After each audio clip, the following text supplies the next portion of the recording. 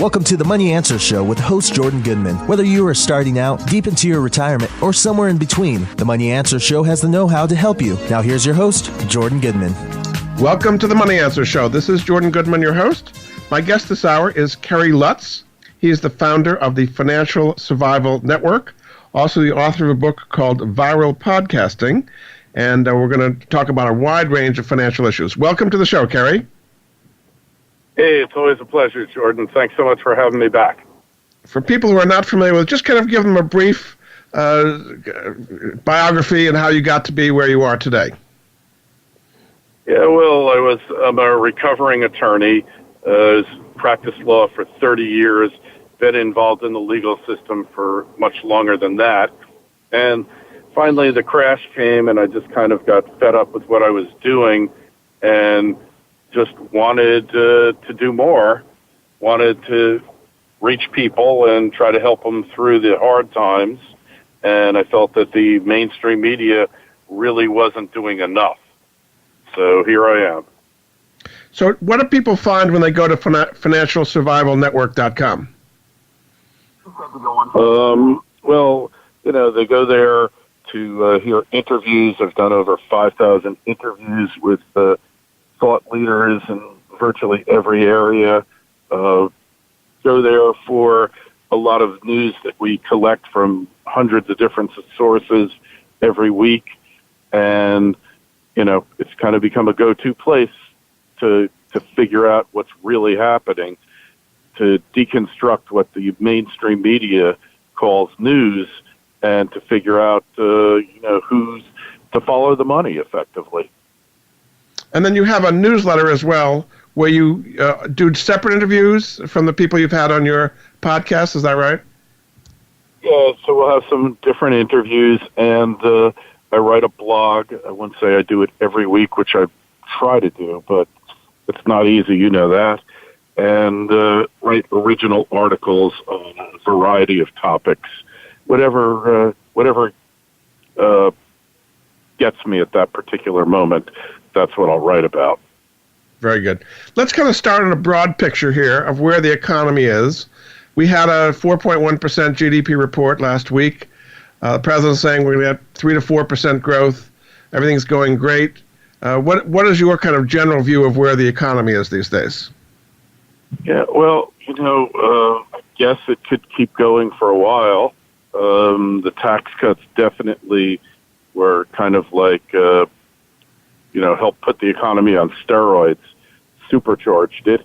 And we've seen, you and I talked about it, a pretty good increase in capital goods investment and production.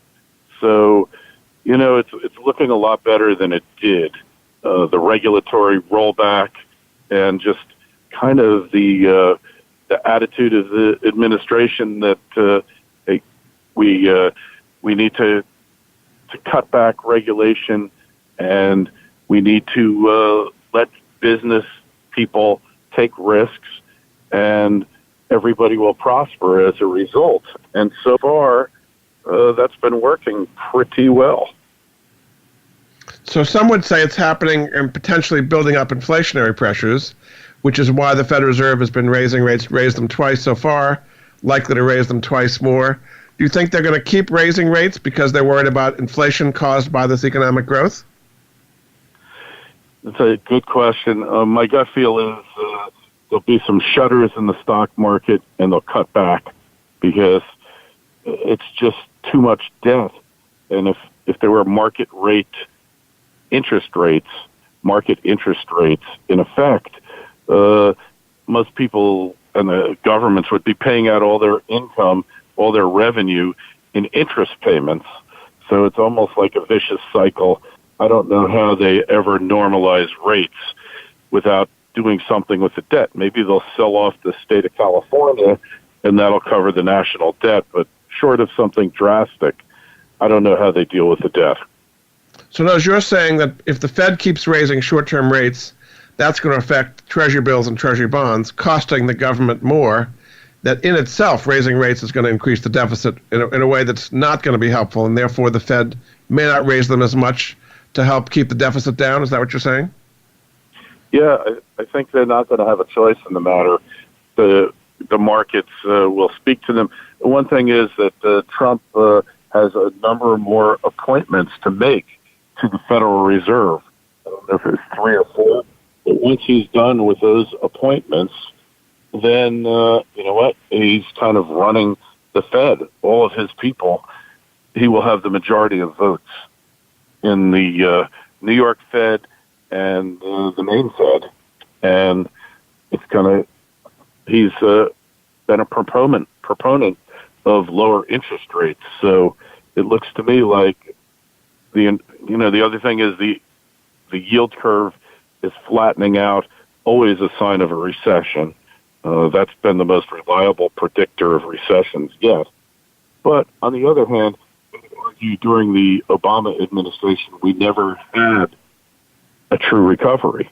There was always subpar growth, subpar employment growth, and there was never a return to normalcy. So maybe now, for the first time since the crash, 08, 09, we're actually seeing a real recovery, and maybe the momentum of it can take us through the next presidential election. What signal is the well, it's not quite inverted yet, but the very flat yield curve, what signal is the market telling us by having short-term rates go up so much and long-term rates going down or not going up as much? I mean, that's a good question, and I would have to say it's telling us that there's no demand out there for long-term money, and that the whole demand for loans is skewed, and therefore that's why we usually get these slowdowns when it happens. So there's much more demand for short-term money than long-term money, is what you're saying. Yeah, I would say that if you can believe the numbers, that's what it probably is telling us. So say we go to inverted yield curve where short-term rates are actually higher than long-term rates. How would that change the way you recommend investing? Well, I think it's an indicator that inflation's on the way, and I think that there's going to be a slowdown, and probably you'd be looking more for, really good. Well, you could see the market take a hit. You probably want to have some cash on the sidelines so that if the market does go down, you're going to be prepared for the opportunities that arise. Yeah. So it would be negative for the stock market, you're saying, but actually positive for cash potentially. Yeah, cash, and it'll probably throw more money into bonds.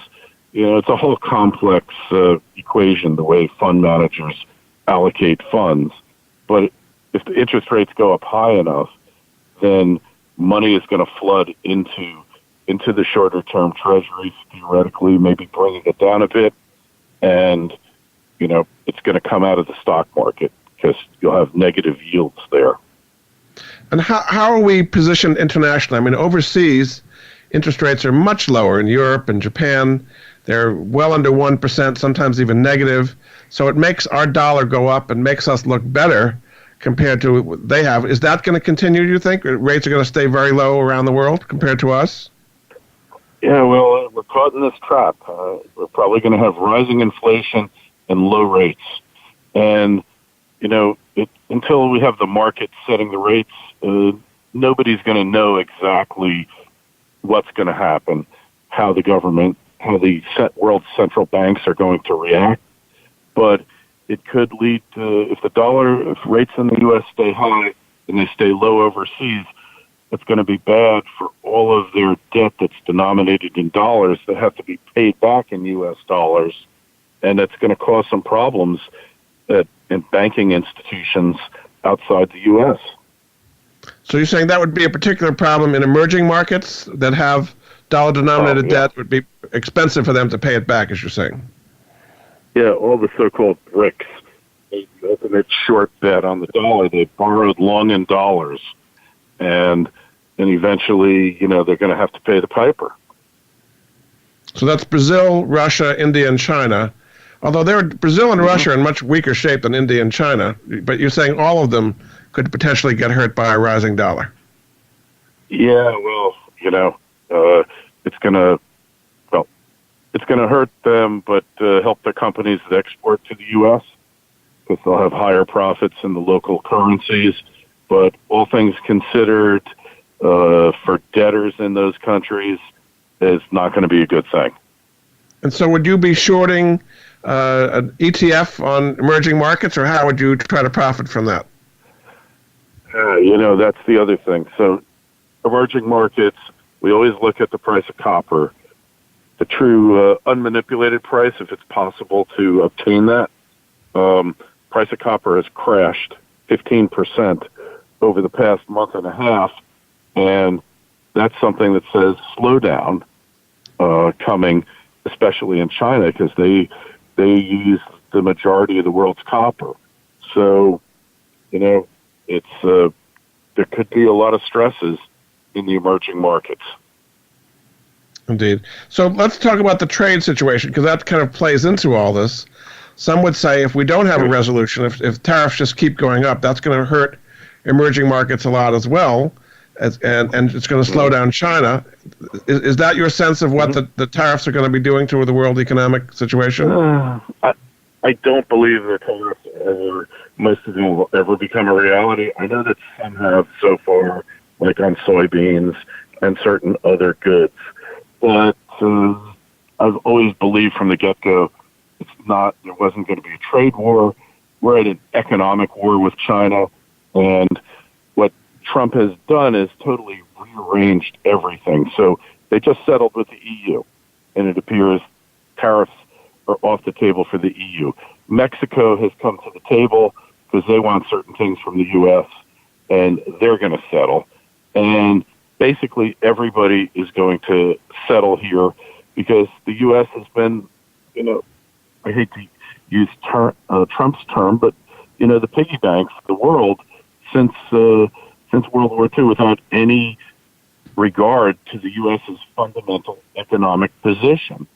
So once they realize that the U.S. is just not going to do this anymore, not going to become the dumping ground for all of their goods to keep local employment high, they're going to have to capitulate because, look, the deficit, $500 billion a year with China. So if these tariffs go into place, China gets hit much, much worse than the U.S.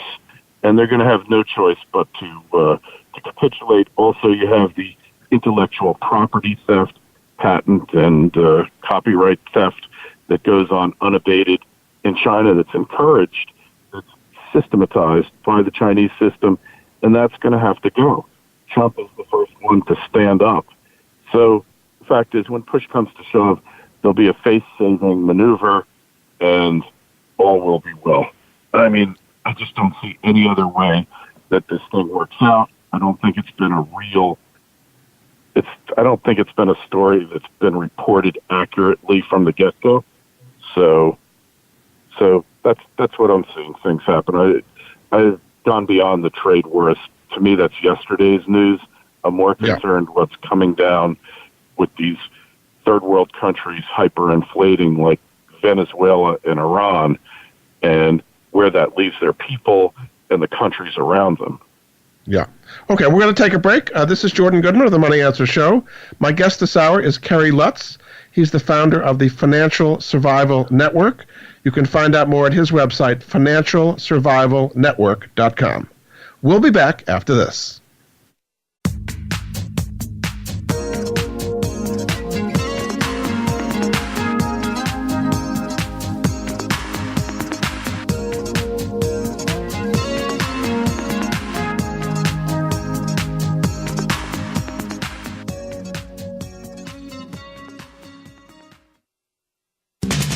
We're always talking business. Talk to an expert.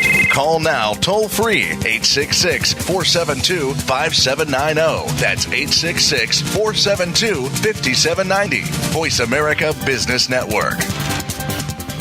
We've all been there, struggling to keep up with credit card payments, searching for a simpler, safer way out of debt. Well, here it is.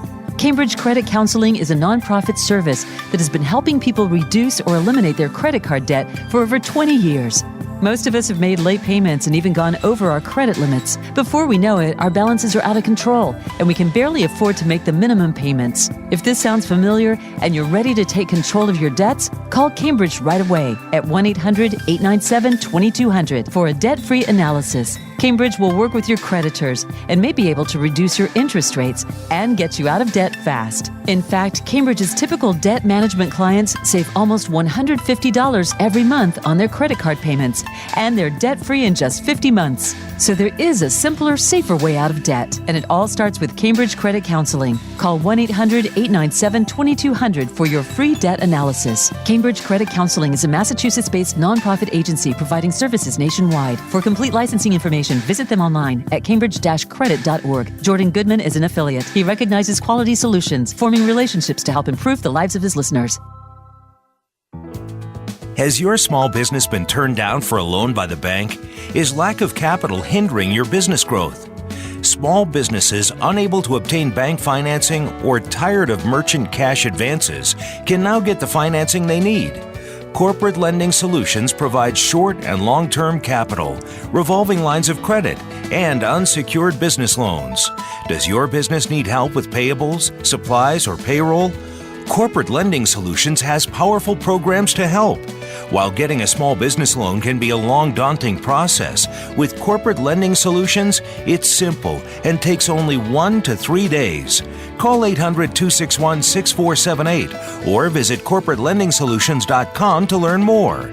800-261-6478. Jordan Goodman is an affiliate. He recognizes quality solutions, forming relationships to help improve the lives of his listeners. We're always talking business. Talk to an expert. Call now, toll free, 866-472-5790. That's 866-472-5790. Voice America Business Network.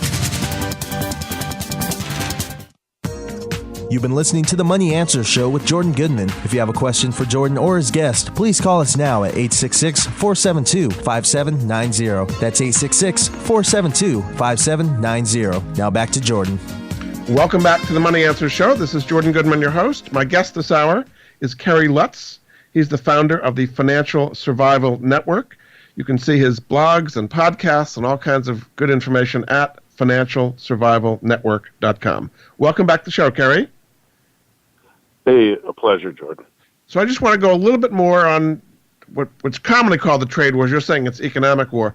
In the short term, everybody's taking some pain here, right? I mean, the cost of aluminum and steel has gone up.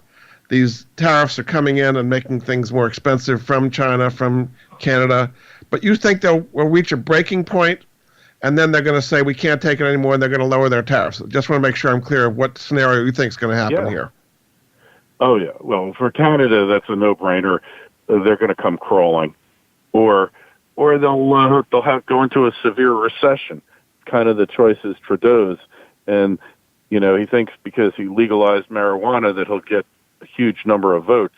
But the fact is, next year, Canadian election, he's gone and probably forgotten quickly. The Chinese, obviously a tougher case. But, you know, when you read people, what they write, who are on the ground in China, you know, their view of Trump is completely different than the view held by a large swath of the American public, which is that he's some kind of idiot bull in the China shop who, you know, who's totally inept and incompetent. And, you know, if Uncle Sam had a check for $10 billion, he'd be broke now. You know, that's the perception of a wide swath of the American public. But the Chinese view him as, hey, this is a guy who is one by one is repudiating and repealing the New World Order.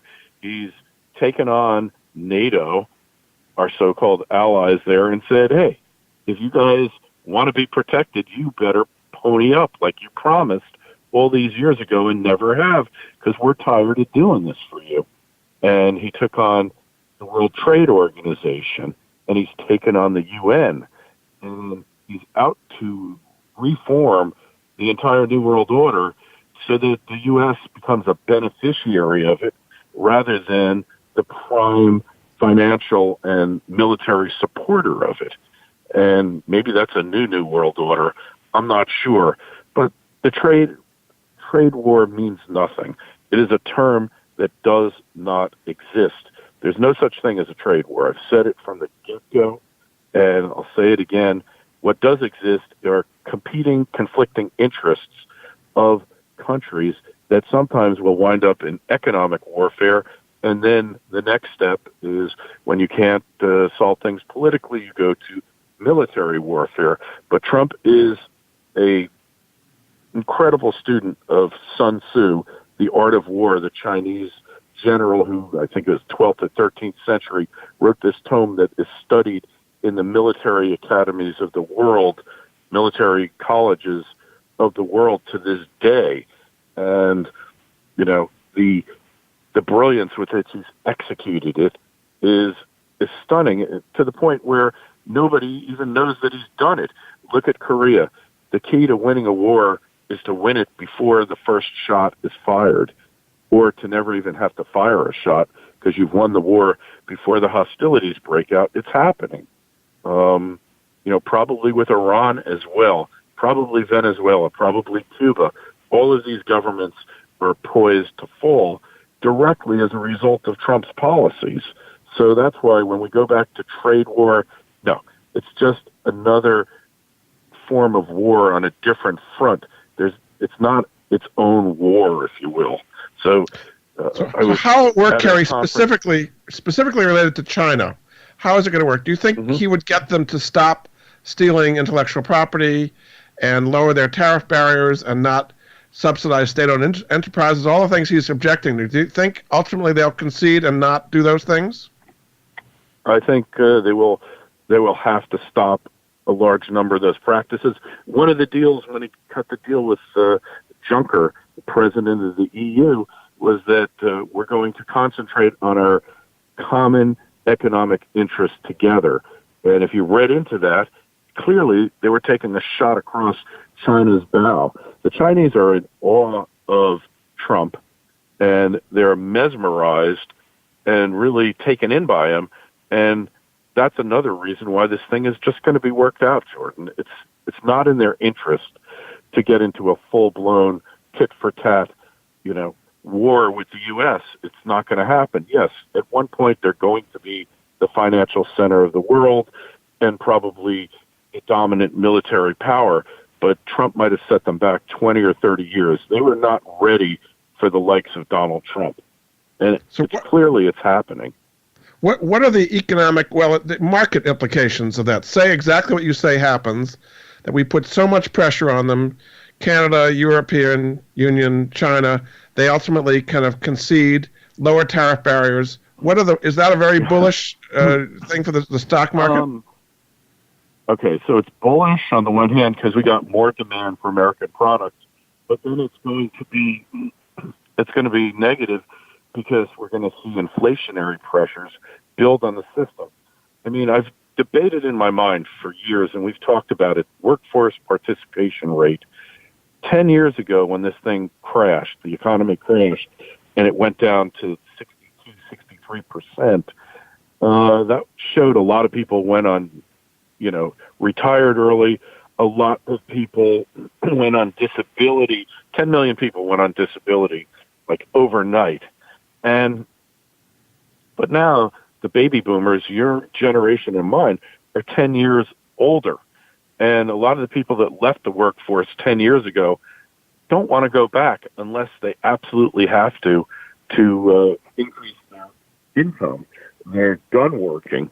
So we might be in a situation where even though the workforce participation rate is lower than it was by, I think, 4 or 5 points, it still is full employment because these people don't want to work anymore. When you hit your 70s, I don't know how I'm going to feel about work, but probably less inclined to want to undertake it. And like I say, the baby boomers are 10 years older from when the crash occurred, and maybe they've toned down their desires, their wants, and they're looking for just a comfortable lifestyle, minimalistic, and they'll be happy with that. I think things have changed dramatically, and I think that the economy's changed with them. So getting back, I believe that we will see more inflation because pay rates are going to go up. We're going to see more productivity because of more investment in physical plant. I mean, heck, I never thought that they'd be reopening U.S. steel plants, which they just did last week someplace in the Rust Belt. But there it was, like right in front of our very eyes. And this evidently is picking up steam, happening more and more. So the political ramifications also are astounding because the Rust Belt, blue-collar workers, traditionally epicenter of Democratic strength. I think this economy continues increasing, jobs continue improving even marginally. I think that the Democratic Party has lost the Midwest for good. It's done. It's over, and that could be the end of the current Democratic Party as we know it. Yeah. I want to switch to another subject, which is cryptocurrencies and Bitcoin and all that. I know you've got a lot of interest in that. It had a huge rise at the end of last year. It's had a huge fall this year. It's been coming up back a bit. Are you optimistic about the long-term potential for Bitcoin and cryptocurrencies? Kind of at a crossroads now. So the price of Bitcoin peaked on December 16th of last year. And it just so happens I wrote a newsletter on that date telling people, sell half your Bitcoin. You're deluded. You think it's going to go to infinity. So settle for half of infinity, because half of infinity is better than a loss, which, of course, a few people did listen to me. I actually got some thank you emails. The email went out on December 17th. So it was the day after Bitcoin peaked. So I called that peak, and I don't think I'm a genius. It was purely accidental, but accidental only that I called it the proper day. Not that I called it because I knew this was going to happen. All you had to do was look at that chart, Jordan. Where have we seen that parabolic chart before? And so in the future, there is a role for them. There's going to have to be some type of reform of the global monetary system, whether it's a new currency, global currency, the U.S. dollar, no longer being the reserve. I don't know what it's going to be, but it just seems like we have to do something different because we keep creating more and more debt, and maybe now we're starting to create wealth, but it seems like it's the human condition, Jordan, that we always are much more adept at creating debt than we are at creating wealth over the long haul. There are periods of time where we definitely create massive amounts of wealth, but then there's periods of time where we just create so much debt that the wealth of yesteryear is swept away. And yes. There has to be an answer to how we accomplish both of a reduction in debt and an increase in global wealth, because that's the only thing that really assures peace in the world and really keeps people happy, if you will, growing. Yep. And It's tough. It is. Okay, we're going to go for another break. This is Jordan Goodman of the Money Answer Show. My guest this hour is Kerry Lutz, founder of the Financial Survival Network. You can find out more at his website, financialsurvivalnetwork.com. We'll be back after this.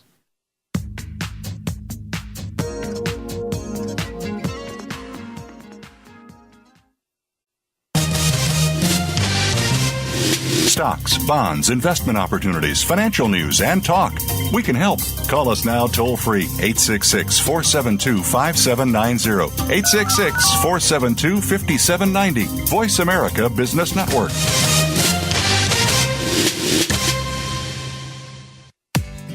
Attention heroes, current and former firefighters, law enforcement, military, medical, or educational professionals. Heroes can receive rewards averaging over $2,500 when they buy, sell, or refinance a home. Heroes come first. Along with the Homes for Heroes is the nation's largest hero reward program. Their mission is to provide extraordinary savings to heroes who provide extraordinary services to our nation and its communities every day. Learn how you can purchase a home for no down payment, no closing costs, and get money back at closing. Find out how you can own for less than you may pay for rent. Get your hero rewards at heroescomefirst.com. That's heroes, HEROES, comefirst.com. 888-437-6114. Jordan Goodman is an affiliate. He recognizes quality solutions, forming relationships to help improve the lives of his listeners. Do you or someone you love have a life insurance policy that's no longer needed or not affordable? Did you know that you can sell your policy for cash? Your reason for buying life insurance has probably changed. Thousands of Americans turn to life insurance settlements to help sell their policies. They act as your representative, getting the highest market offer for you. You've got nothing to lose by simply inquiring. If you're over 64 with $100,000 or more of life insurance, you may already qualify.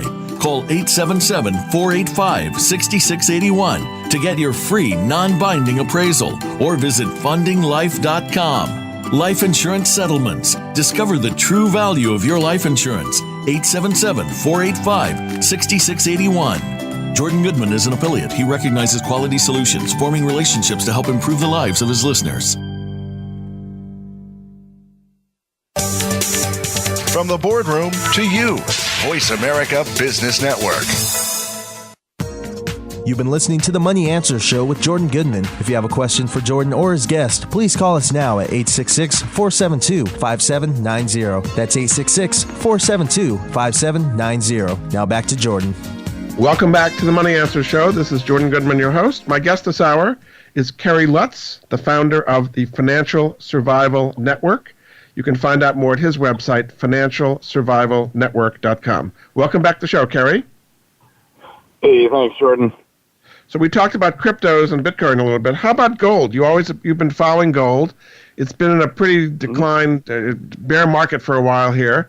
Is it going to continue, or is there a reason for gold and silver to turn around here? Yeah, well, inflation probably good for gold, right? Good for silver. Yeah, it's been going down. It hasn't gone down that much. It's kind of been trading in a channel for the past 3 years, 2.5, 3 years. So, seasonally, it probably should go up in the fourth quarter. It does 70% of the time, but we'll have to see.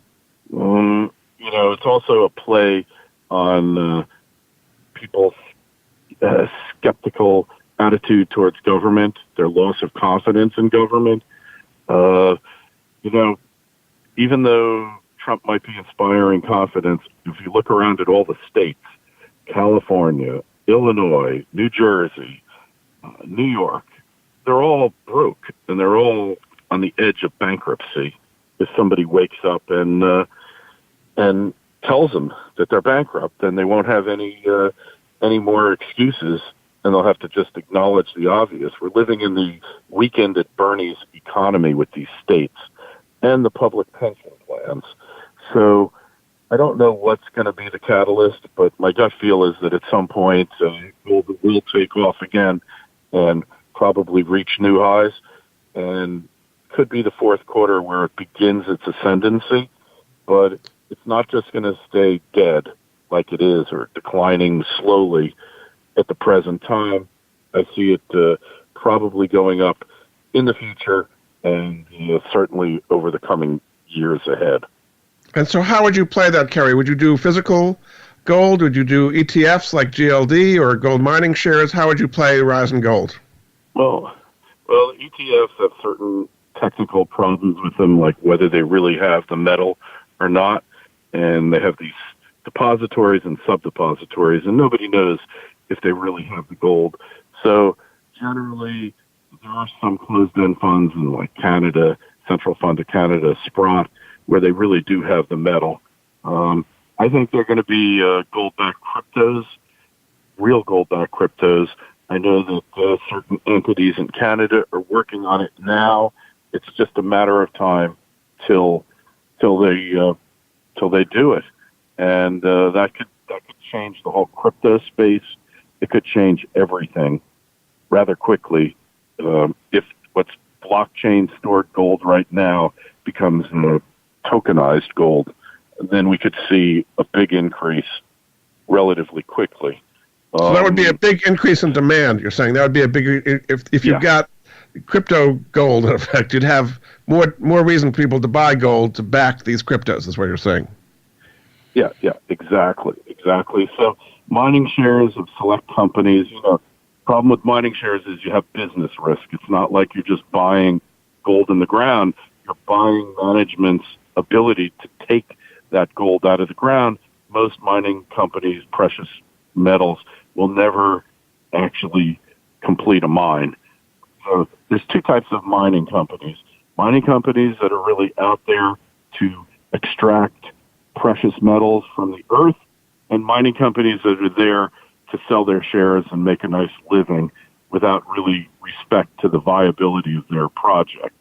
So you have to always go for the former and stay away from the latter. Unfortunately, there's a lot of them out there that have no interest and no ability to ever really take these deposits in the ground and turn them into cash flow. So it's very difficult. It's tricky. But when you hit them at the right time every few years, the returns can be astronomical. Yeah. Let's go to another area of tremendous growth, which is cannabis, which Canada is about to legalize fully. We have quite a few states in the U.S. that have now legalized it. And there's a lot of hype around the whole cannabis stock area and ETFs. Do you think cannabis has a lot of growth potential, and how would you play it? No pun intended. Pun intended. Well, here's the thing. Here's the thing. It's kind of like there is no limit to the potential supply from the legal channels. There's no limit.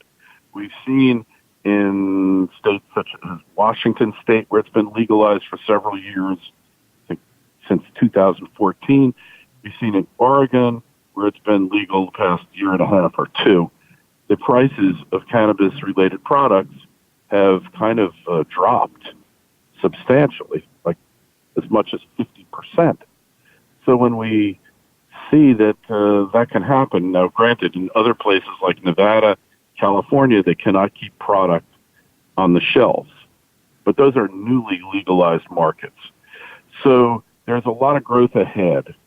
But you've got to pick the companies that have the ability to create the super brands of tomorrow. And nobody really knows what those super brands are going to be. So the key is to buy these stocks extremely cheap, buy a bunch of them, but look for guys, again, who are not just looking to cash in on the stock, but really are out to build world-class brands. And telling that is often difficult, but it's worth the effort.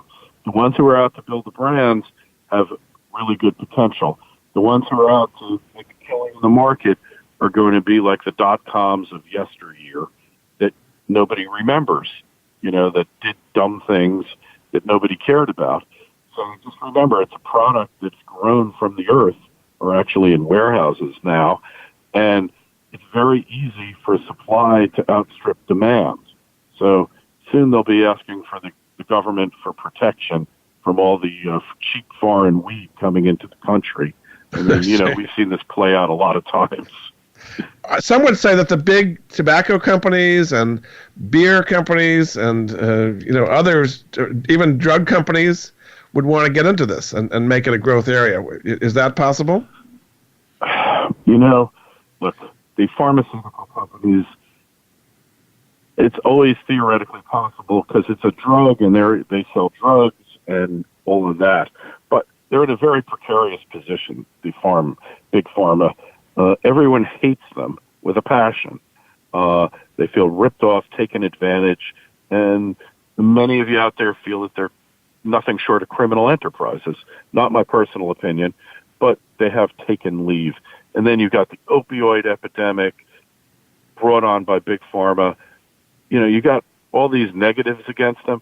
I don't believe they're going to touch cannabis with a 10-foot pole until it's been legalized for 20 years, in which case, probably too late. So big pharma is not going to be a player in this, in my opinion. And then we look at big tobacco. Again, a highly disfavored industry, and In theory, they do know how to grow stuff, but growing cannabis is not like growing tobacco.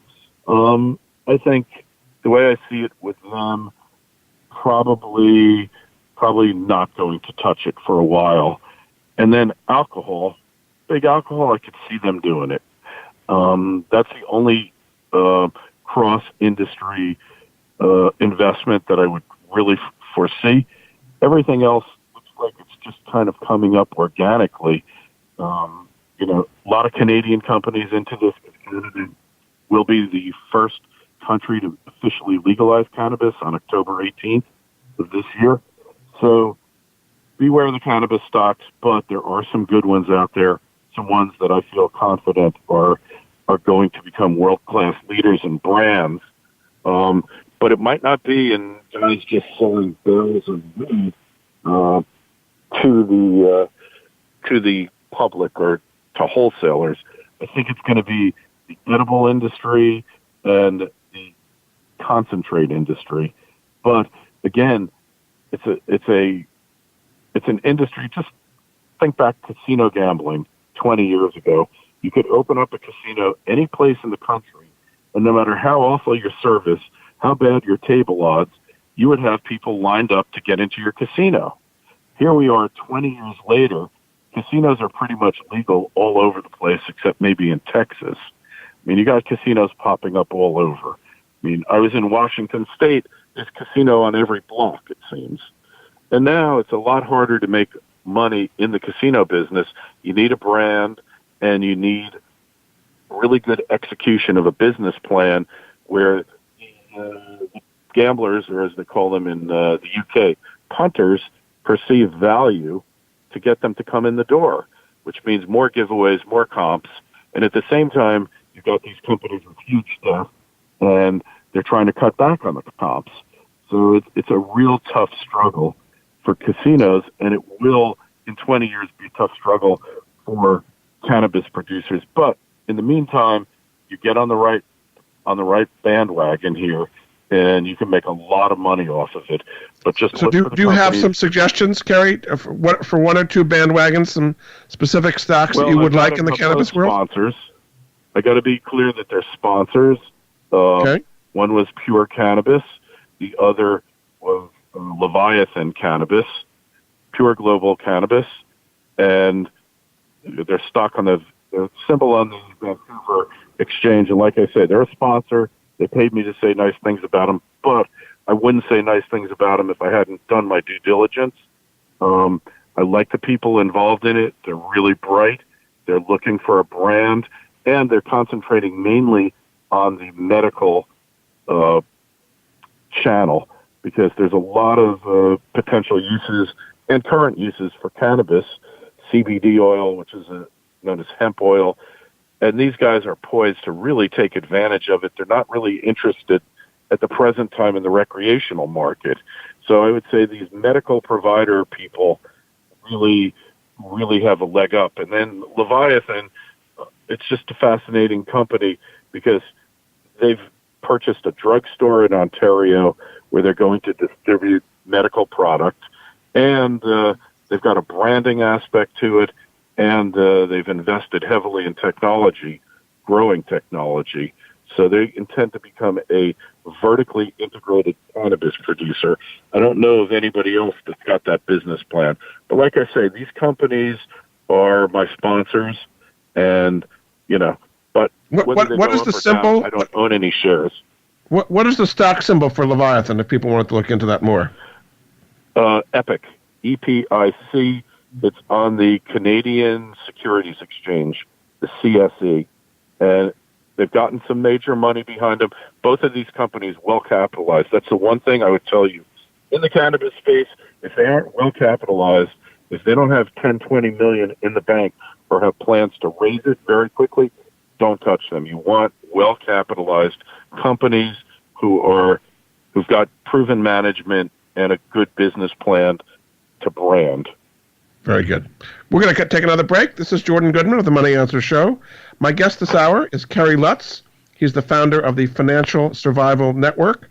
You can find out more at financialsurvivalnetwork.com. We'll be back after this.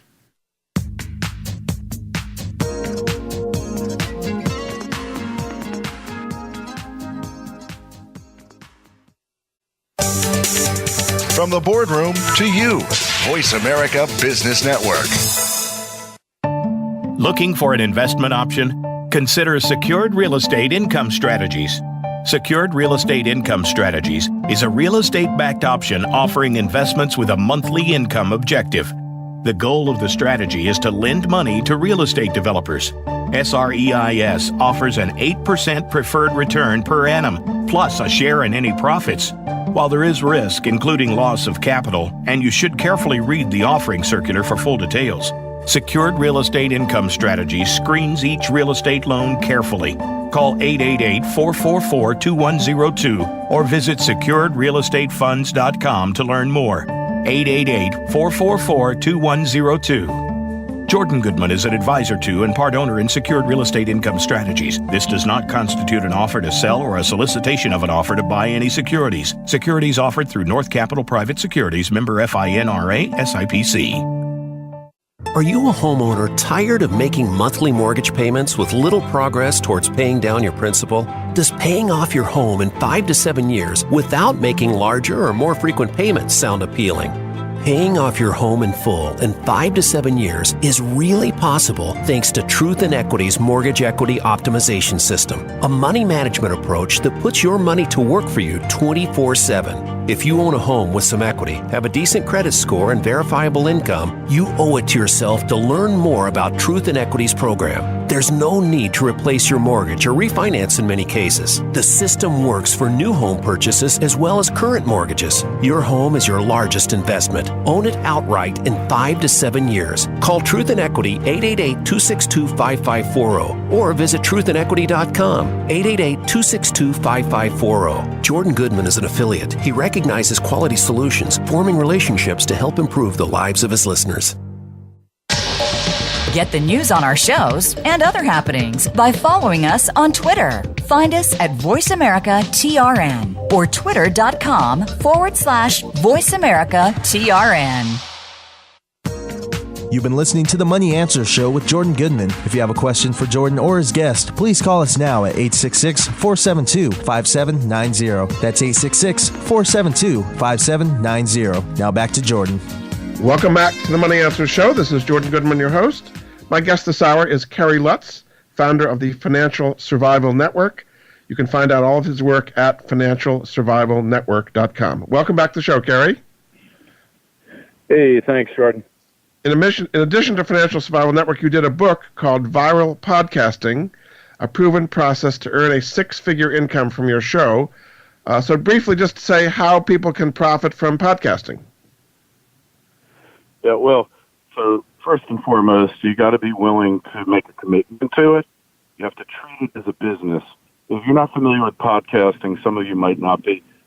Basically, podcasting is you do a recording digitally, you upload it to a server, a podcast server, and then there's an RSS feed or link so that you can look up the podcast on places like iTunes, like Google Play, and any number of dozens of podcast servers out there, or podcast aggregators, TuneIn Radio, all sorts of different places. And then you can download them on your phone, and you can listen to them when you feel like it. Effectively, it's radio without having to turn on your radio, without having to worry about the program manager when, you listen to it when the radio tells you to listen to it, because otherwise you're not going to be able to. Well, with podcasting, all that's changed. So a lot of people have gotten into it. There's hundreds of thousands of podcasters.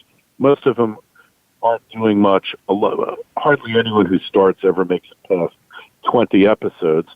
And what I wanted to do from the book was to make it clear to you that you can actually earn a living if you are willing to come up with a concept, do a little market research, brand your podcast, go and do a little research, like I said, and invest in some halfway decent equipment. Doesn't have to be a fortune, but under $1,000, a little bit of software, and you can be a podcaster. And then you can go out and find sponsors. You can find alliances, affiliate marketing deals, all sorts of things, and you can make more than 6 figures and up from your podcast. I've done it. I know lots of people who have. And although it's the minority of people, more and more people getting into it. If you have your choice between writing a blog or doing a podcast, do a podcast, because there's a lot less competition for podcasting than there is for blogging. And you can also combine the two. So it'll give you a leg up in the market, make you an authority. And it doesn't, if it's an interest or a passion you have, whether it's markets, wooden boats, if you love to travel, if you love scuba diving or deep sea fishing, there's a podcast for it. And people add more and more podcasts, hundreds of them every day. And if it's a career that, you think holds interest to you, then you should give it serious thought to doing it, because there's a lot to be gained. Very good. Another topic you wanted to discuss was homelessness. And you're seeing more and more cities now, there's a lot of homeless. What is causing this, and what's the solution for it? Okay. Really, quite frankly, and I don't want to get into political discussions, but it is the epitome of liberalism. And it's a liberalism that defies parties, because one of the biggest people responsible for homelessness in California was Ronald Reagan, because he signed legislation, he proposed it, signed it, which allowed the mental hospitals for the insane, whatever you want to call them, to actually be emptied, because it was felt to be an injustice to hold somebody against their will who may have been insane in a mental hospital for their entire lives, and that they should have the opportunity to rejoin the community and be integrated into the community and have a better life as a result. Well, what you're seeing now are the results of that altruism. I mean, it would be great if we didn't have any people who are mentally compromised, if we had no alcoholics, if we had no drug addicts. This would just be the greatest thing. Then we wouldn't be discussing this. But and I know from New York, is 3/4 of the people are afflicted by drugs, alcohol, or have serious mental afflictions. And my point is, we need to reinstitutionalize these people, because there is no other way to get them off the street. We're not going to magically come up with this nanny solution where people are going to keep track of all these people 24/7 and make sure they don't terrorize neighborhoods, make sure they don't, use the sidewalks for effectively a toilet. I mean, what's happening in San Francisco is a pure result of it. And the other thing is, we didn't save any money by emptying the mental hospitals. In San Francisco, they spend $40,000 per person per year, per homeless person, trying to, between emergency room visits, police, all that. And the other thing that happened is a lot of these people wound up in jail who shouldn't be. They steal because they have to eat, and they wind up being caught by the police, getting into altercations. It's a horrible, horrible way of life. The courts effectively said you have a constitutional right to be homeless. And you might, but I have a constitutional right to walk down the streets in San Francisco without stepping in human excrement. So whose right is superior? The other thing is, the courts have said you cannot force a mentally afflicted person to take medication. And medication might be the only way that they sober up and are normal, functional human beings. But because you're not allowed to force them to medicate, as a result, they never get that opportunity. They live on the streets, and their conditions only worsen. So what I'm proposing is mass reinstitutionalization with a twist. Every person has an advocate who will watch over them in whatever institution they're in. We triage the patients. For instance, there is a part of the homeless population that is down on their luck, lost their job, medical ailment, whatever, and they wound up on the streets, not through any of the other 3 causes of drug, alcohol, or mental deficiency. And those people need to be helped as much as we possibly can to find housing and to get their lives back. All right, those are the ones we need to concentrate that form of assistance with. But the others need to be triaged, not mixed in with the criminally insane. Traditionally, our state mental hospitals have also been repositories for the criminally insane, people who have committed heinous crimes and have wound up in jail because, rather in the mental hospital, because they were found guilty or not guilty by reason of insanity. Okay. Unfortunately, Kerry, we're at the end of the show. I've got your point. We got it. So I'm sorry we have to end. My guest this hour has been Kerry Lutz, the founder of the Financial Survival Network. His website, financialsurvivalnetwork.com. You can see he's an expert in a lot of different areas that we covered today. Thanks so much for being a great guest on the Money Answer Show, Kerry. Hey, and as always, thanks for having me, Jordan. Keep up the great work. You do amazing work. Great. Thanks so much, and we'll be back next week with another edition of the Money Answer Show. Goodbye for now. Thank you for joining Jordan Goodman and the Money Answer Show. If you have a question for Jordan, please visit his website at www.moneyanswers.com. And be sure to tune in every Monday at 12 p.m. Pacific Standard Time right here on Voice America Business. See you next week.